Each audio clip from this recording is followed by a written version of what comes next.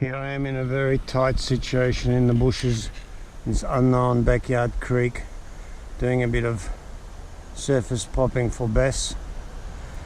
I've got an old-time favourite called the crazy crawler.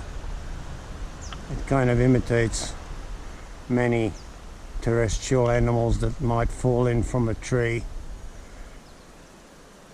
and it's trying to crawl its way across the water.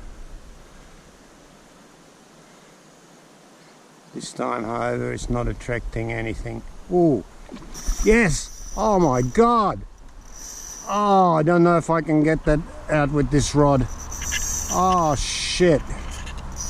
Oh my God! Did you see that take? Oh, he's going to get me snagged. Oh. Oh.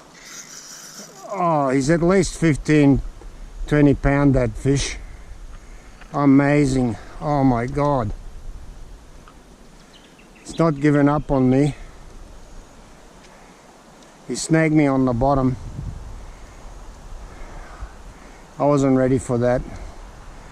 I wasn't ready for anything as big as that. Wow. That's crazy stuff.